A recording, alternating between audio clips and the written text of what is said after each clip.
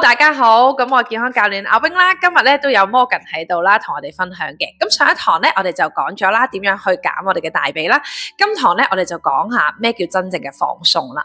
Hello， 大家好，我係國際身心運動中心嘅創辦人，我係 Morgan 啦。咁就隔離呢位咧係網球教練嚟嘅，咁佢叫 Jason 啦。今日咧專登咧請佢上嚟分享嘅，因為咧佢做咗咧各肢運動之後咧，佢覺得咧真係放鬆到喎。咁我請佢分享下，我都問佢啲問題啦。咁啊，當你做咗個各肢運動嘅時間咧，咁你覺得嗰個放鬆同平時有咩唔同咧？個放鬆最大嘅唔同，其實就係我個腦好似突然間通咗咁。譬如可能好容易就係以前就好容易打完波或者教完波之後咧，個腦好實嘅。但係可能透過各肢運動，可能一兩個好簡單嘅練習咧，其實個人咧係就會開始想打喊路啊，真係想休息啊，想瞓覺咁樣。係啦，咁呢個咧，我哋可以從翻個神經系統去理解嗰件事啦。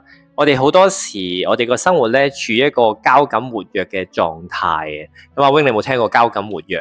係冇嘅。係啦，咁嘅交感活躍咧，就係講緊我哋，譬如少少神經緊張啦，可能你個心理上你覺得放鬆，但係你都神經緊張。譬如咧，你睇阿 wing 咧，好似笑緊咁樣咧，其實佢拍片咧好緊張嘅，咁佢個交感反應就有喺度啦。咁呢個就係其中一個例子啦。咁頭先佢講話做各啲運動，其實佢幫你調和個神經系統啦。咁當你個副交感神經系統咧攞翻個主導權之後咧，咁你就會放鬆到出嚟咯。咁除此之外，你仲有冇咩嘅方法啊？或者你有冇咩得着啊？中間？仲有就係其實可能以往咧，譬如我每日打完波啊、教完波咧都會拉筋嘅，咁我好容易咧拉下筋咧就喺地下瞓着咗。但係其實可能個人都係未真正咁樣放鬆啦，即係純粹啲肌肉啊各樣嘢就鬆咗兩下，跟住我就自己瞌着咗。但係各肢運動咗之後，做咗各肢運動咧，係我會個人 focus 多啲喺個身體上面嘅時候，我就冇咁容易瞓着，同埋我真係個精神同肉體都放鬆到。同肉體都放鬆到，咁不如講少少佢背景啊。頭先我聽你分享，你好似做運動嘅時間都好長嘅，係咪啊？平均其實每日都起碼3-4個鐘以上。係自己打波定係教波嘅時間？自己打波同教波都有。即係加埋3-4個鐘啊？定係3-4個鐘教波，3-4個鐘打波？咁睇個當嘅情況啦，即係可能有時真係學你話齋就係3-4個鐘打波，3-4個鐘教波咁。哇，真係好誇張喎！你同一個返工仔嘅返工時間係一樣，但係你不斷咁喺度勞動緊嘅喎。都可以咁講嘅，但係個人就係落到球場或者開始揸球拍打嘅時候咧，就會咩都唔記得，控制唔到自己。係，總之就會精神咗。可能本身喺球場外，個人已經好攰㗎啦，但係一落球場咧揸拍打到個波嗰下咧就會醒咗。咁但係打完之後，你都會覺得好攰嘅咧？已經分唔到係咪攰啦，即係總之你個人會唔想講嘢啦，唔想做其他嘢啦，想靜靜地停喺度，就係咁樣。係啊。但係你係揾唔到放鬆嘅方法嘅，未嚟做各肢伸展之前。會就係齋坐喺度咯，但係個人就係我唔想喐啊嗰樣嘢，但係唔知點走出去嗰個情況。係呢個係就係難以放鬆嘅狀態。係啦，咁另外一個咧 ，Jason 都有同我分享嘅，譬如咁樣坐咧，佢之前咧咁樣坐係好難坐得好，亦都好難坐得耐嘅。其中一個點解你咁樣坐唔到原因咧，就係我哋嗰個盆底肌，我哋嗰個核心放鬆唔到啊，即係簡單啲講，你放平唔到落嚟，係就咁樣坐唔到。咁佢而家就好好多啦。呢個都係，我覺得呢個都係，其實就係我記得最第一堂嘅時候就係教點樣去坐。咁教坐完之後咧 ，Morgan 就會係我哋嗰班學生各自睇啦。咁我係再照鏡望一望嘅時候，我發覺我條腰係特別直嘅，係啦。咁因為我以前就覺得要坐喺度咧要直先冇咁傷腰嘅，但係後尾Morgan 就同我講，其實唔一定係要坐直嘅，係最緊要係喐得到，係可以直又可以彎，係可以彎。喂，講得好好喎！我戴少少頭盔先啦。咁即係直有直嘅好，彎有彎嘅好，即係大家要明白呢樣嘢。譬如當你去工作好專心嘅時間，你直啲係幫助你做嗰件事嘅。但係譬如即係我哋而家傾緊偈咧，你見到係坐得好斜，我俾個側邊大家睇咧，係坐得好彎嘅，同埋你留意下咧，其實好多脊椎健康嘅人咧，佢都好彎到嘅。咁你問我坐唔坐到直咧，其實我都照樣坐到直嘅。但係我坐直咧，成個氣氛啊，我講嘢嘅説話都唔同咗，就會變得好認真啦，好專心啦，同埋講一啲可能好學術性嘅嘢啊，我就適合咁樣坐直啦。即係我同你講啊，譬如盤底肌令到你嗰個盤骨咧可以閂翻埋，打翻開，你坐嘅時間咧，你坐嘅姿勢就會舒服啲啦。咁個資訊性就悶啲啦。咁但係啊，如果彎嘅話咧，就可以輕鬆啲 hea 啲咁樣。腰我近排有一個歌手，佢開咗場演唱會，佢條腰都風魔一時喎。係試下點個腰？係邊一個？係林峰啊！咁如果大家睇過網絡圖片嘅話咧，其實佢做嗰個跳舞嗰個動作啦，好需要咧個腰個柔軟度，就係佢能屈能伸。好多時就係我哋慣咗，可能你做健身啦，或者做好多運動啦，個腰有種強直性，就係成日都咁樣，你就冇咗嗰種咧。即係又屈又伸嗰個功能，而佢喺嗰個動作入邊，咁我唔識跳舞啦，但係佢係好靚，佢可以做到咧，好似蛇咁樣個流線型，咁樣就最好咯。即係你起碼又屈到又伸到，其實至緊要咧身體咧，你要健康冇痛症咧，就係你每一個部分咧，你都可以活動到，咁你就會舒服啦個人。好，咁你仲有冇啲咩想去分享？仲有冇啲咩想去分享啊？突然間好尷尬喎！你問呢係問題。即係譬如你喺即係你算係一個即係運動教練啦。咁你喺個教學過程咧，因為我哋今日想講放鬆啦嘛。咁我都想問下你，譬如你見到啲學生啦，你會唔會睇到佢放唔放鬆，對佢學網球個技術，即係有冇關係嘅咧？你可以分享下。我覺得係有關係，係因為譬如有啲學生其實佢好想打得好好，咁但係佢咧永遠做動作嘅時候，好容易咧就繃緊晒，係啊，咁其實佢就做唔到可以好輕鬆咁去打個波，因為其實要學即係網球要打得好咧，其實係由你慢慢好輕鬆，唔係用死力硬邦邦咁打個波咧，咁慢慢先會打得好。我聯想起另外一種運動，打 golf， 因為打 golf 係更加需要放鬆，你先至可以用晒你成身嘅力個帶動去打個波出去咯。其實網球個反手係有啲似 golf 嗰個動作嘅，即係亦都好似你咁講，其實係就要用晒全身去做嗰個 stroke 咯，係個動作係。咁你會唔會推薦你啲朋友仔過嚟上下呢個角子運動？我好想幫，我都好想推薦，係，但係我驚我講錯咗，係啊，即係點可以講呢個角子運動講得好啲？係啦，咁我明喎，因為同佢傾偈啦，其實佢好好，佢都有推薦啲學生嚟上啦。咁曾經試過面對個學生，佢都係偏緊張啦。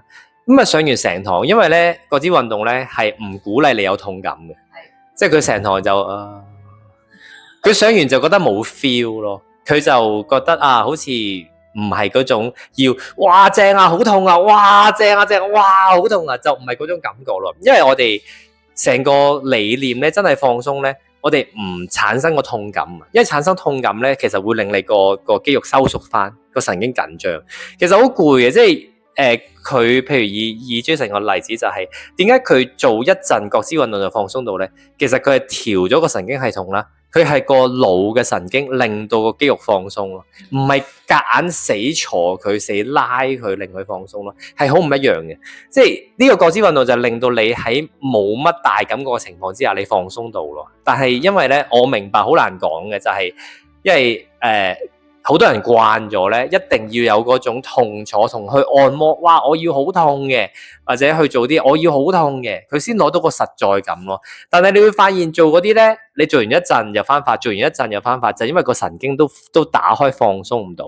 因為我覺得係都同而家大趨勢啦所講嘅嘢好有關係，就係咩咧？大家會好追求，上次我哋都有講過，用力去做運動，用咗好大嘅力，就覺得自己係有運動咗，有痛感先代表我有喐到，有痛感先代表我係好。啲人操到咩叫好咧？我第日隻腳行落樓梯 feel 到腳痛，我個腹笑嘅時候個腹都有腹痛，呢啲就叫做操咗嘢，呢啲就叫做有運動到咯。